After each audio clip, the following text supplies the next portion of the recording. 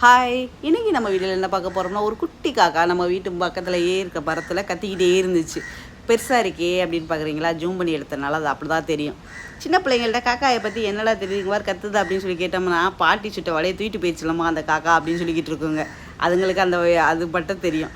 அடுத்தவங்கள்ட்ட கேட்டோம்னா சில பேர் சொல்லுவாங்க, இன்றைக்கி யாரோ உங்கள் வீட்டுக்கு கெஸ்ட்டு வர போகிறாங்க, அதனால் உங்கள் வீட்டுக்கு நேராக பார்த்து கத்திக்கிட்டே இருக்குது நீங்கள் பார்க்குற மாதிரி அந்த காக்காயின்னு.